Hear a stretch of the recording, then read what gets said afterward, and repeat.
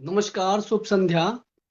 किन्नौर अब तक पेज से मैं राम भगत नेगी साप्ताहिक बुलेटिन को लेकर हमारी कोशिश रहती है कि हमारे एपिसोड आप तक जो समय-समय पर रहे, लेकिन आजकल शादियों का सीज़न है। इससे पहले हम किन्नौर जो आइडल में हम व्यस्त थे, उसके बाद रामलीला में व्यस्त थे। वह आजकल फिर शादियाँ भी है, फिर सेब सीज़न भी रहा, लेकिन कोशिश हमारा रहता है कि किन्नौर की गतिविधियों को जो शनिवार का एपिसोड है साप्ताहिक बुलेटिन, उसको हम लेकर आएँ। जैसे कि आप सभी को पता है कि कोड ऑफ कंडक्ट लग चुका है और चुनाव की तैयारियां जोरों-शोरों से है।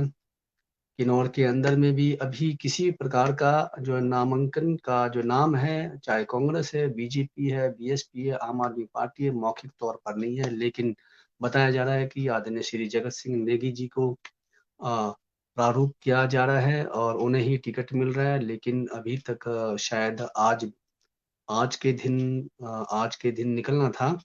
कोई भी हो, प्रत्याशी कोई भी रहेंगे, लेकिन अलग-अलग पार्टी से निकलेंगे। कांग्रेस के भी होंगे, बीजेपी के भी होंगे, आम आदमी पार्टी के भी होंगे, बीएसपी के भी होंगे और हो सकता है निर्दलीय भी और सीटू के भी हों।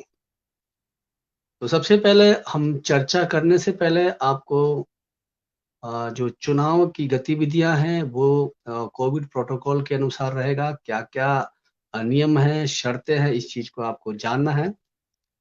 आइए थोड़ा-सा हम आपको लेके चलेंगे और उसके बाद हम जानेंगे कि आपके पास प्रत्याशी आते हैं, तो क्या ज़मीनी मुद्दों को लेकर आप वोट बैंकिंग करेंगे या फिर किन्नौर के हित को देखते हुए वोट बैंकिंग करेंगे?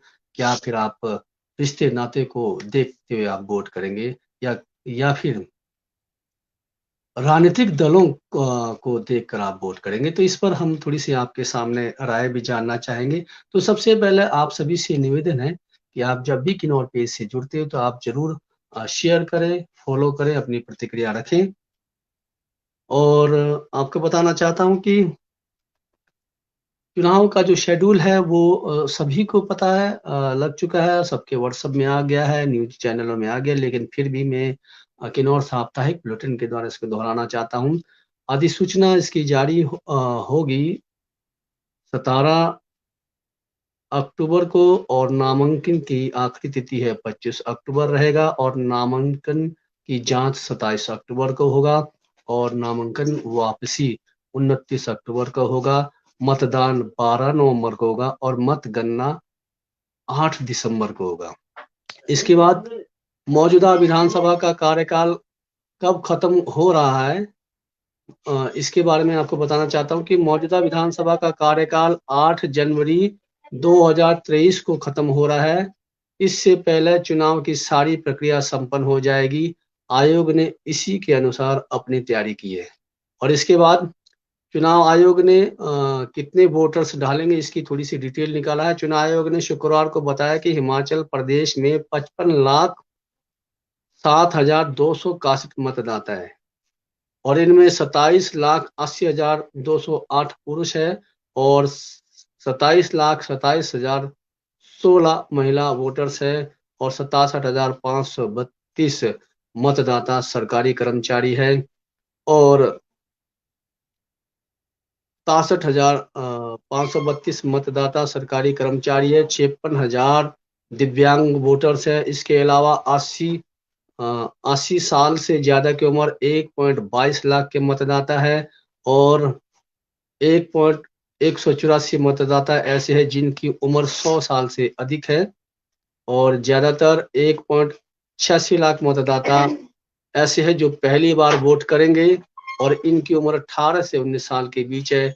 इनमें से 47,172 वोटर्स ऐसे हैं जिनकी आयु की जनवरी 2022 से 1 अक्टूबर 2022 के बीच 18 साल पूरा होगा। तो ये जानना है कि हिमाचल प्रदेश में 55,07,261 जो है मतदाता है। पोलिंग स्टेशन हमारे हिमाचल के अंदर में चुनाव आयोग ने हिमाचल प्रदेश के चुनाव के लिए 7,881 जो है पोलिंग स्टेशन बनाए हैं। हर पोलिंग स्टेशन पर औसतन 699 वोट डाल पाएँगे और शहरी इलाकों में 640 और ग्रामीण इलाकों में 7,235 पोलिंग बूथ होंगे। इसमें 142 पोलिंग बूथ महिलाएं संचालित करेंगी। यहाँ पर जितने 142 जो पोलिंग बूथ है उसमें महिलाएं संचालित करेगी और 37 दिव्यांग कर्मचारी करेंगे। पिछली बार के मुकाबले पोलिंग वोट स्टेशन की संख्या 4.73% का इजाफा होगा। हिमाचल प्रदेश में कुल 68 सीटें हैं और इसमें से 17 एससी वर्ग के लिए और 3 सीट एसटी वर्ग के लिए आरक्षित है। और इसके बाद जो दिव्यांग वोटर्स का जो ऐलान है, चुनाव आयोग ने कहा कि 80 साल से ज्यादा उम्र के लोग, दिव्यांग या कोविड संक्रमित जो वोट देना चाहते वो पहले पोलिंग बूथ तक नहीं आ सकते हैं। ऐसे मतदाताओं को घर रहते हुए वोट डालने की भी सुविधा है। ये पहली बार प्रक्रिया है कि 80 साल के ऊपर से या फिर कोई कोविड संक्रमित है वो घर बैठे वोट डालने की सुविधा दी जाएगी। इसके लिए वोटर को पूर्व में ही जिला निर्वाचन समिति को जानकारी देना होगा। इससे पहले जो है चुनाव आयोग को जो है अपने जानकारी देना है। इसके बाद आयोग की तरफ से संबंधित व्यक्ति के घर पर ही वोट देने की सुविधा का इंतजाम कराया जाएगा। इसे पूरे प्रक्रिया को वीडियोग्राफी भी होगी। बहुत बेहतरीन पल है। इसके बाद वोट डालते समय कौन कौन से पहचान पत्र दिखा सकेंगे। अगर आपके पास वोटर आईडी कार्ड नहीं तो आप दूसरे पहचान पत्रों का इस्तेमाल भी कर सकते हैं, जैसे पासपोर्ट का हो गया, ड्राइविंग लाइसेंस हो गया। अगर आप सेंट्रल और स्टेट गवर्नमेंट के कर्मचारी है या फिर पीएसयू, यूएस और पब्लिक लिमिटेड कंपनी में काम कर रहे तो कंपनी की फोटो आईडी के आधार पर मतदान किया जा सकता है।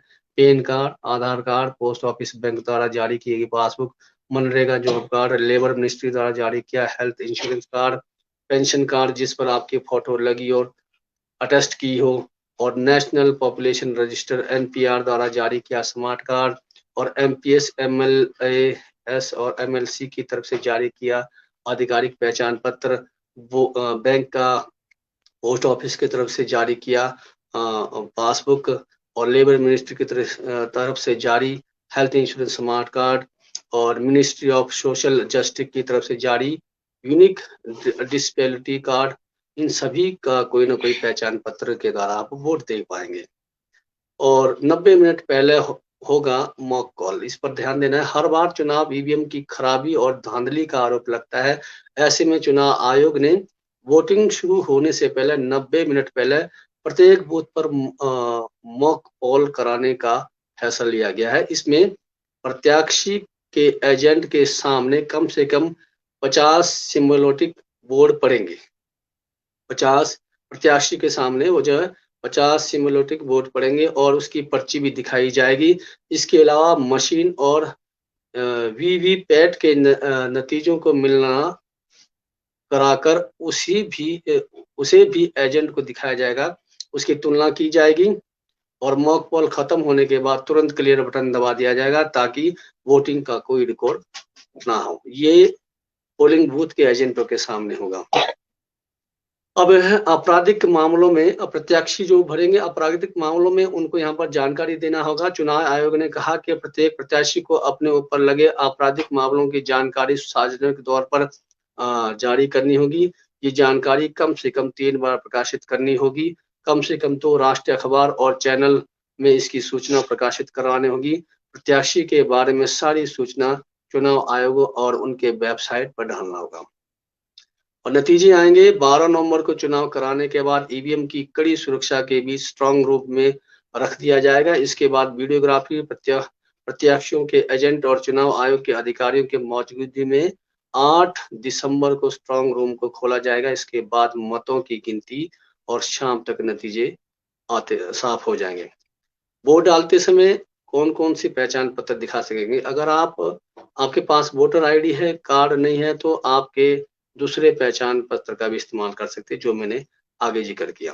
तो ये था आपका वो जो चुनाव से संबंधित। अब हम आपसे चर्चा करते कि किन्नौर में हमारे पास किन किन मुद्दों को लेकर जो है जनप्रतिनिधियों से सवाल कर सकते हैं, क्योंकि कोई ना कोई आएगा और आपसे वोट मांगेगा, लेकिन हम चुपचाप वोट देते रहते हैं। मैं थोड़ी सी प्रकाश डालना चाहता हूँ कि जनजातीय किन्नौर के लिए क्या मिला है, जरूर जानें।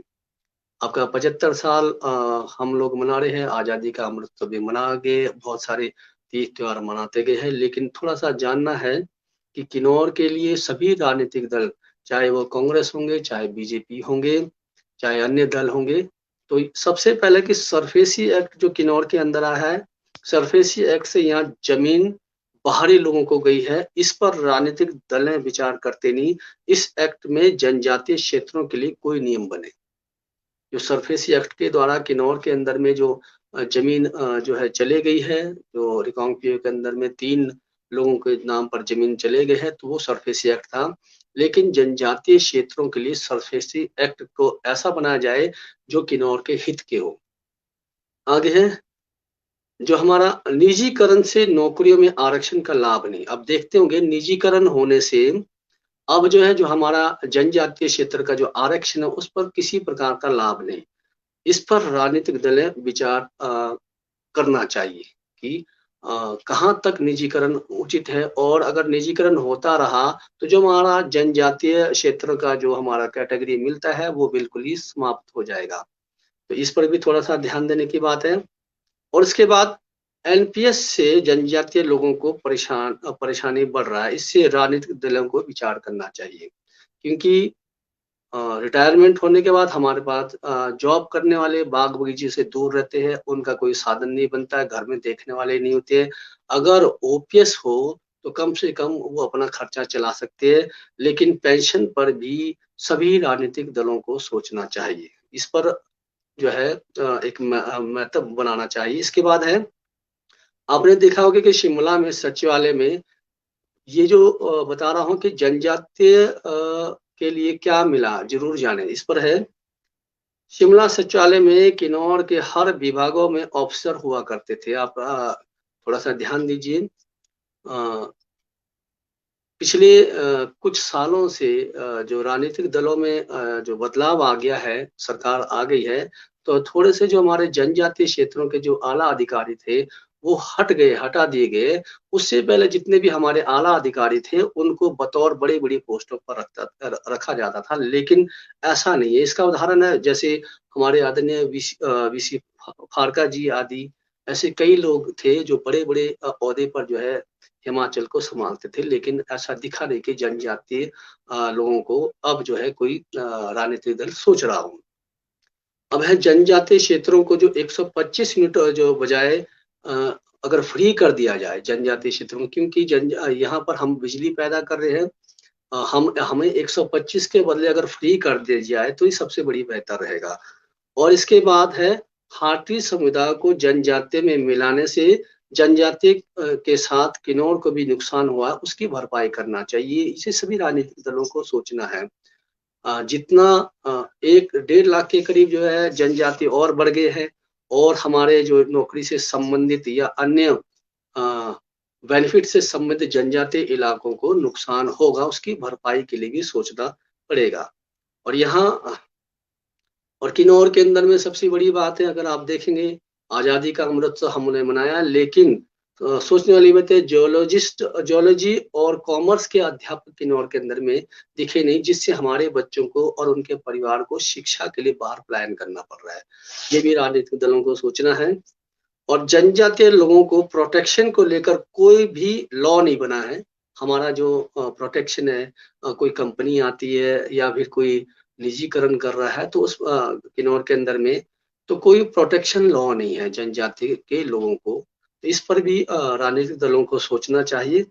और यहाँ की जो कंपनियां हैं, रॉयल्टी जनता को मिलानी, जितने भी कंपनियां से रॉयल्टी मिलानी, नए प्रोजेक्ट बंद हो, कोई राजनीतिक दलें रुचि लेते नहीं, इस पर भी उनको सोचना है। आगे है, पैसा एक्ट को ठीक से लागू नहीं किया जा रहा है। इस पर सभी राजनीतिक दलों को, पंचायत प्रतिनिधियों को गंभीरता से सोचना पड़ेगा। और इसके बाद है, खेलों में राजनीतिक दलों का अध्यक्ष पदों से मोह हट नहीं रहा है।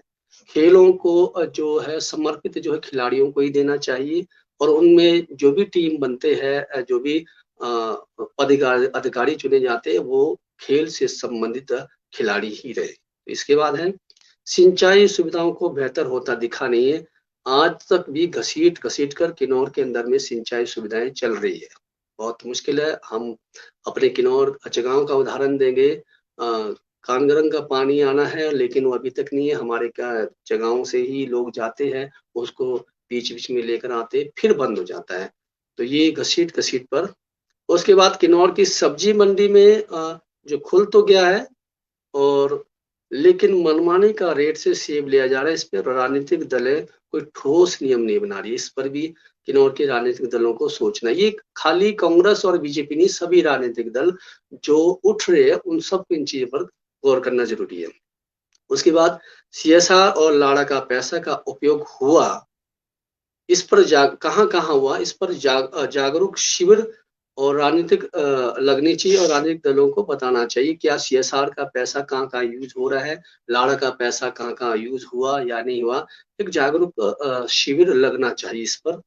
और उसके बाद है पिछले जनमंचों जो जनमंच हुए पिछली बार के, जनजातीय क्षेत्रों को क्या-क्या फायदा हुआ, इस पर भी जागरूक अभियान होना चाहिए था। तो ये अलग बात है, निकल गया सारी चीजें।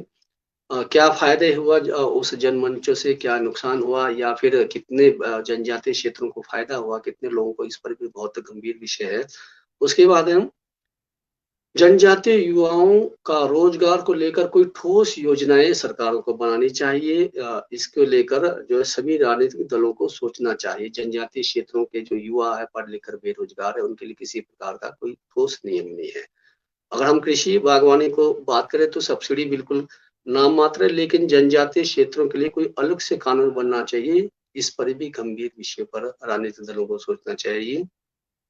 और जनजातीय क्षेत्रों में जो अपंग और अपाहिज महिला है, अपंग है, अपाहिज है, एकल नारी है, विधवा नारी है, इसके लिए विशेष तौर पर कानून होना चाहिए। उनके लिए शिक्षा से संबंधित, स्वास्थ्य से संबंधित, रोजगार से संबंधित।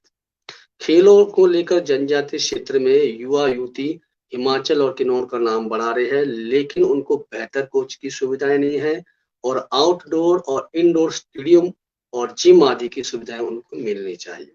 उसके बाद कृषि बागवानी को लेकर कोल्ड स्टोर कब तक निर्माण होगा, इस पर सभी राजनीतिक दलों को एकजुट होकर काम करना चाहिए।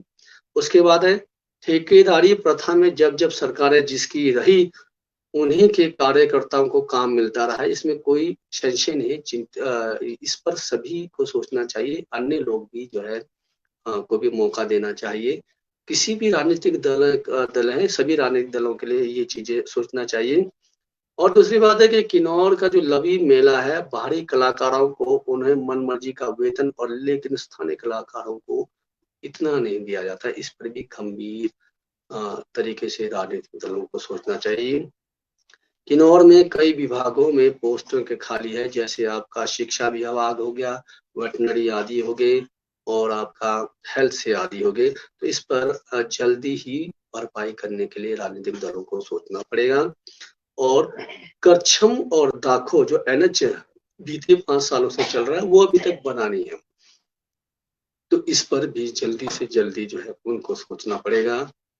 और जनजातीय क्षेत्रों में जो कमीशन के पोस्ट निकले, ज्यादा से ज्यादा कमीशन के पोस्ट निकाले, जिससे जो है हमारे युवाओं को जो नौकरी मिले। और उसके बाद है आउटसोर्स कर्मचारियों के लिए जो नियम बने। तो ऐसे कई जनजातीय के मुद्दे हैं, इस बीच में हम बीच बीच में लाते रहेंगे। किन्नौर अब तक टीम का किसी प्रकार का राजनीतिक दलों से कोई प्रचार प्रसार करना नहीं है, बल्कि समय समय पर हमारा अवगत कराना है। तो ये सभी हम किन्नौर वासियों का दायित्व बनता है, आपका हमारा, कि आपके पास कोई भी राजनीतिक दलें आती है तो किन्नौर के जनजातीय क्षेत्र को लेकर क्या क्या है। ये अलग बात है कि हर काम जो है 5 साल में नहीं होता है। बीते कई सालों में लोगों ने स्कूलों को बनाया, सड़कों को बनाया, उसके बाद बहुत सारी योजनाएं अब अपने समय पर सभी सरकारें काम कर रही है, लेकिन हम चाहते हैं कि और ज्यादा काम करे। किसी भी सरकार आती है, कोई भी सरकार आती है, कांग्रेस और बीजेपी हो, तो हम या अन्य दल हो, किन्नौर के जनजातीय क्षेत्र को देखते हुए और जनजातीय लोगों के हक हकूक को देखते हुए काम करें। तो आइए, उपायुक्त महोदय ने आज प्रेस कॉन्फ्रेंस में कुछ बातें कहा है, उनसे जानेंगे कि उन्होंने कहा कि सेफ सीजन है, कोई ज्यादा से ज्यादा जो है पैसों को लेकर ना चले। तो इस पर थोड़ी सी आपको उनकी प्रतिक्रिया सुनाते हैं। देखिए, ऐसा नहीं है कि आप कैश कैरी नहीं कर सकते हो। वैसे तो इलेक्शन के दौरान कोशिश करनी चाहिए कि कैश कैरी ना करे, बट हमने इसका भी प्रावधान किया हुआ है जब हमारी मीटिंग्स हुई थी एक्सपेंडिचर मॉनिटरिंग की, कि अगर कोई, जैसे कि अभी जैसा आपने सही बोला कि शादियां हैं और एप्पल सीजन भी है और लोग जो है कहीं कहीं कैश कैरी करते भी हैं। पहले तो अगर 10 लाख से ज्यादा किसी को कैश कैरी करना नहीं चाहिए। अगर 10 लाख से ज्यादा कहीं कैश कैरी करे तो हमें अनिवार्य हो जाता है कि हम आईटी डिपार्टमेंट को जो है उसमें इन्वॉल्व करें। तो एक तो ये रिक्वेस्ट है कि आप कैश कम से कम कैरी करें, लेकिन हमें ये भी प्रोविजन है कि अगर हमें लगता है, ये ऐसा नहीं है कि जो भी कैश कैरी करेगा उसका कैश जब्त होगा। हम ये एक जजमेंट कॉल लेते हैं कि भाई अगर ये हमें हमें सिर्फ वो वाला कैश पकड़ना है जहां हमें शक होता है कि ये कैश जो है कोई बांटने में जो है लोगों के इंड्यूसमेंट के लिए यूज किया जाए, तो सिर्फ हम वैसा करते हैं। अगर कोई भगवान अपना कैश लेकर आ रहा है या कोई दुकानदार अपना कैश लेकर जा रहा है, कोई बैंक डिपॉजिट करने जा रहा है, ऐसा नहीं है कि हम उसको पकड़ के बंद कर देंगे। बट ये है कि कम से कम कैश कैरी करें। और दूसरा ये है कि will take a discretionary call कि ये कैश किसके लिए लिया जा रहा है। ऐसा ऐसा भी नहीं है कि हर कोई कैश वाले को हम अंदर कर देंगे, बट ये है कि हमारा यही रिक्वेस्ट फिर रहेगा कि आप कम से कम कैश कैरी करें, क्योंकि फिर हमारी जो है, फिर हमारे पास वो कैश हमारी जो टीम्स हैं वो जब्त करके हमारे पास लाएंगी। फिर हमें उसको फिर जजमेंट कॉल लेनी है कि क्या हमें वो छोड़ना है, नहीं छोड़ना है, किस काम के लिए वो यूज कर रहा है। उसको प्रूव करना पड़ेगा कि नहीं जी मैंने जी ये अपने सेब बेचे। तो उससे बेटर है कि अगर अगर किसी को ऐसी कोई पेमेंट से कुछ करनी है, चेक या आरटीजीएस से करें। तो आपने हमारे उपायुक्त महोदय की बातों को सुना। ज्यादा कैश लेकर ना चलें और अफवाहों से दूर रहें और मिलकर एक बेहतर किन्नौर बनाने का प्रयास करें। तो मिलते हैं हम रविवार के एपिसोड में। रविवार का एपिसोड रहेगा संगीत संध्या और संगीत पर चर्चा। तब तक के लिए नमस्कार, शुभ रात्रि।